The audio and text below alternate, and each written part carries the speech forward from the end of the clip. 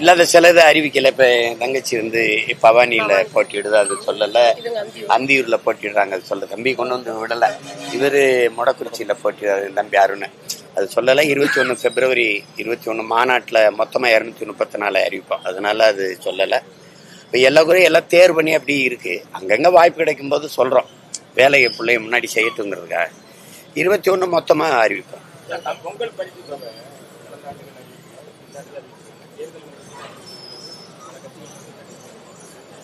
அது ஏன் நீங்க குற்றச்சாட்டா பாக்குறீங்க? உண்மை தானே.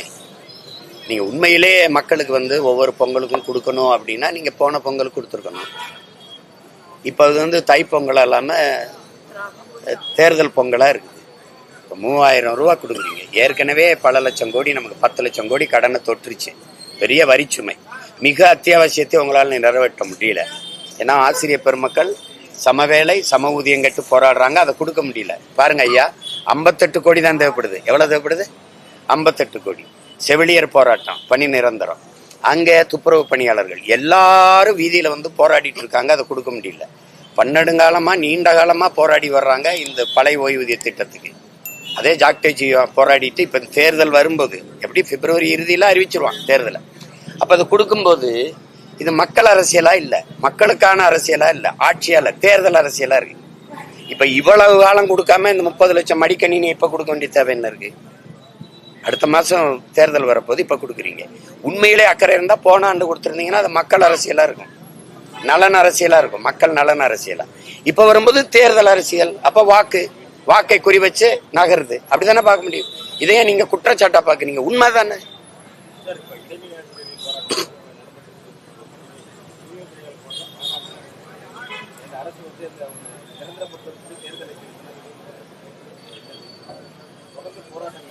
இல்ல, அமைப்பு வலுவா இருக்கிறதுக்கு அது கவனம் செலுத்துது. ஜாக்டோஜியில வந்து 60 லட்சம் வாக்கு கிட்ட இருக்கு உங்களுக்கு, அதனால அது கவனம் செலுத்துது.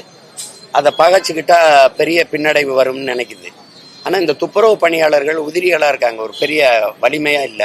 பகுதி நேர ஆசிரியர்கள் பல லட்சம் தான் இருக்காங்க, குறுகிய இருக்காங்க. இப்ப இந்த மாதிரி இவங்களுடைய குரல் எடுபட மாட்டேங்குது. இப்ப போராடுற நம்ம மக்கள்கிட்ட இருக்கு. விவசாய போராட்டமோ, செவிலியர் போராட்டமோ, மருத்துவர் போராட்டமோ, ஆசிரியர் பெருமக்களின் போராட்டமோ, அது என்னன்னா யாரு இந்த உரிமையை தர்றதில்லை, யாரு வாக்குறுதியை கொடுத்து ஏமாத்தினாங்க, அவங்க மேல அந்த போராடும் போது கோபம் இருக்குதே ஒழிய, அடுத்து தேர்தலை வாக்கு செலுத்தும் போது அந்த கோபம் எங்கே போகுது? அப்புறம் எப்படி இவர் துன்பத்தை தந்தவனுக்கு திருப்பி அநீதி அழைச்சவனுக்கு மறுபடியும் அதிகாரம் போகுது? எப்படி போகுது? அங்கதான் பிழை நடக்குது.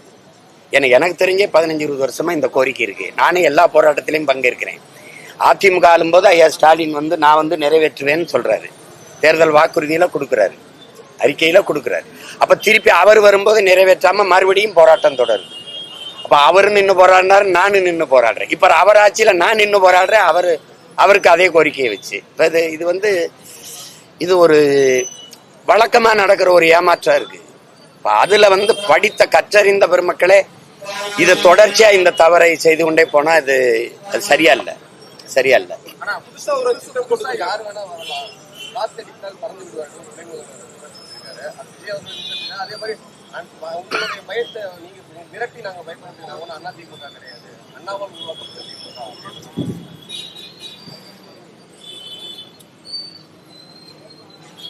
பயம் இல்லாம இந்த வார்த்தை வர வேண்டியதில்லை. நீ என்ன பெரிய ஆளா அப்படின்னு, நான் பெரிய ஆள் இல்லையே, பேசாம போக வேண்டியதானே. அண்ணாவால உருவாக்கப்பட்ட திமுகன்னு அவருக்கு வேணா தெரியாம இருக்கலாம், சொல்லி கொடுத்து சொல்லலாம். உலகத்துக்கே தெரியும் திமுக உருவாக்குனது அண்ணா தானே. எல்லாமே அவர்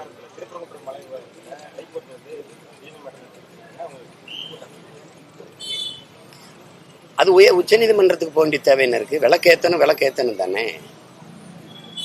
நீங்க விளக்கேத்து, நீங்க வந்து உங்களுக்கு இறை வழிபாட்டை மறுத்து இருந்தா, நான் முருகன் திருமுருக பெருவிழாவை எடுக்கும்போது என்னை எளிவா நீங்க முரசொல்லியிலே கட்டுரை எழுதுனீங்க, பேசுனீங்க. அப்புறம் ஏன் முருகன் மாநாடு போட்டீங்க? ஏன் போட்டீங்க? நீங்க எல்லாம் குடும்பமே வேலை எல்லாருமே தூக்குனீங்க. அப்ப அது அந்த நேரத்துக்கு இப்ப எதுக்கு போகணும்? விளக்கேத்துற உரிமை இருக்கா இல்லையா? அதான் எங்க பேச்சு. சிக்கந்தர் தர்கால இஸ்லாமிய மக்கள் வழிபடுறதுக்கு உரிமை இருக்கு, அதே மாதிரி முருகப்பெருமானுக்கு இங்க வந்து விளக்கேத்துற உரிமை இருக்கு. ஒரு அரசு என்னவா இருக்கணும்? உங்களுக்கு தெரியும், தமிழன் அறம் சார்ந்தவன், தமிழ் பேரன்பின் தாய், எல்லாருக்கும் சம அன்பை தருவான். அப்படிங்கும்போது அவரவர் வழிபாடு அவரவருக்கு. ஒரு கோட்பாட்டை என்ன இருக்கணும், உன்மதம் சிறந்தது வழிபாடு, என் மதமும் சிறந்தது வழிபாடு, அதானே கோட்பாடா இருக்கணும். அப்ப நீங்க என்ன பண்ணிருக்கணும், ஒரு அரசு பிரச்சனை வராம நல்லிணக்கத்தை விரும்பி அமைதியை விரும்பி அறம் சார்ந்த ஆட்சியை செய்யற ஒரு அரசு என்ன செஞ்சிருக்கணும், இருமத பெரியவர்களை அழைச்சு உங்க வழிபாட்டுல இவங்க தலையிடக்கூடாது, இவங்க வழிபாட்டுல நீங்க தலையிடக்கூடாது, அவரவர் வழிபாட்டை போற்றுங்க, அரசு உங்களுக்கு துணை நிற்கும். நீங்க விளக்கேத்தனமா அறநிலைத்துறை வருது, நீங்க கந்திரி கிடாவட்டி கந்திரியாக்கி சிக்கந்தர் தர்கால வழிபடணுமா, அரசு உங்களுக்கு துணை நிற்குது.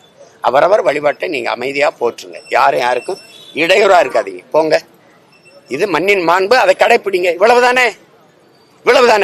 அதை நீ போய் நீ அங்க உயிர் பலியிடுறதுக்கு அங்க இடம் இல்லை, அங்க அனுமதி இல்லைன்னு நீ அறநிலைத்துறை ஒரு இதை போட்டதுனால வந்த பிரச்சனை. அந்த காவலர் கிடாயை வெட்ட போகும்போது பிடிக்கிறான், நேத்து வெட்ட போகலையே பல நாளா வெட்டுறங்கிறாங்களே, ஏன் தடுத்த? நீ இந்த விரும்பி இந்த பிரச்சனையை உருவாக்குற. இப்ப இது ஒரு நொடியில தீர்த்திருக்க முடியாதா? அப்ப நான் சொன்னதை செஞ்சு ஒரு நொடியில தீர்க்க முடியாதா? எதுக்கு இந்த 2 வருஷமா அந்த 6-7 மாசமா அந்த பிரச்சனை ஓடிட்டு இருக்கு?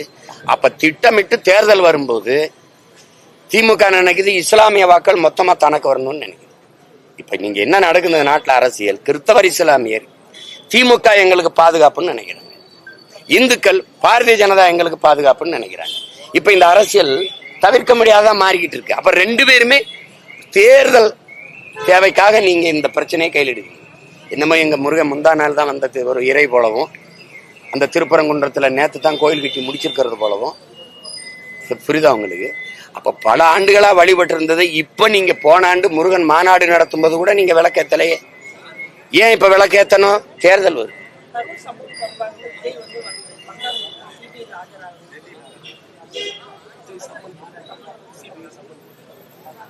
அது விசாரணை, அது எப்படி வருதுன்னு நமக்கு தெரியணும். இப்ப நீங்க இப்படித்தான் பார்க்கணும். இப்ப எங்க மேல நான் இந்த வழக்குக்கு நேர் நிக்கிறேன், காலையில 10 மணிக்கு கிளம்பி வர முடியாதுன்னு நேத்தே வந்திருக்கேன். அப்புறம் 2 நாள் என்னுடைய நேரம், எனக்கு ஒவ்வொரு நொடியும் உயிர் நொடி. ஏன்னா நான் இங்க தேர்தல் நேரத்துல அவ்வளவு வேலை செய்ய வேண்டியது. இப்ப நேரத்தின் அருமை எனக்கு தெரியுது. என்னை 2 நாளை நீங்க வீணடிக்கிறீங்க இந்த வழக்கை போட்டு. எவ்வளவு நேரம்? ஒரு 5 நிமிஷம் அந்த குறித்த நேரத்தை விட கூட பேசிட்டு இருந்தேன் உங்க குற்றச்சாட்டு. ஆனா இவ்வளவு பெரிய பழி நடந்திருக்கு, இவ்வளவு ஒரு சிக்கல்னு என் தம்பி மேல நீங்க விசாரணை வளையத்துக்குள்ளே இந்த அரசு கொண்டு வரலையே. எங்க மேல இவ்வளவு வழக்க போட்டிருக்கீங்க, 7 வழக்க போட்டிருக்கீங்க. அதனால விசாரிக்கிறதுல குற்றம் இல்ல, அது என்ன இறுதியா என்ன குற்றச்சாட்டை வைக்கிறாங்க, எதை நிரூபிக்கிறாங்க, எது நிரூபிக்க முடியல, அதை வச்சுதான் விசாரணைக்கு அழைக்கிறதுலே நம்ம போய் அதுக்கு கருத்து சொல்லிக்கிட்டு இருக்க வேண்டியது இல்லை.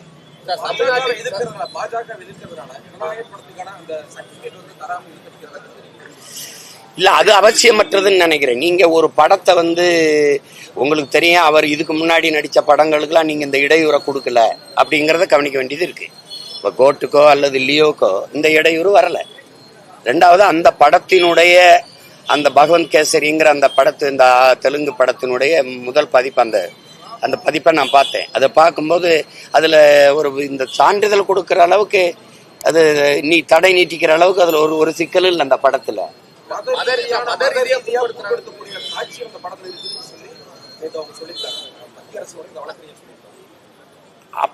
அப்படி இருந்தா கூட நீங்க மத ரீதியா இருக்குது அப்படின்னா அந்த காட்சியில நீக்கிட்டு வெளியிடுங்கன்னு தான் சொல்லணுமே ஒழிய, நீங்க சான்றிதழ் கொடுக்கவே இவ்வளவு காலம் அவரும் ஒரு வெளியீட்டு தேதியை குறிச்சிட்டாரு, 9ஆம் தேதின்னு குறிச்சிட்டாரு. நீங்க அந்த தேதி வரைக்கும் அந்த சான்றிதழ் கொடுக்காம இழுக்கிறது அது சரியா இல்லையே, அது சரியா இல்லை, அது அவசியம் இல்லை. இந்த காட்சி வந்தா இது பாக்குற பார்வையாளர் மக்களை துன்பப்படுத்தும், அப்படி துன்புறுத்தும்னு சொல்றீங்க. நீங்க மத ரீதியா ஒரு காட்சி வர்றதுக்கே இவ்வளவு பேசுறீங்க. நீங்க ஒரு கோயில்ல விளக்கேத்துறதை வச்சுக்கிட்டு இவ்வளவு பிரச்சனையை கொண்டு போயிட்டே இருக்கிறீங்க.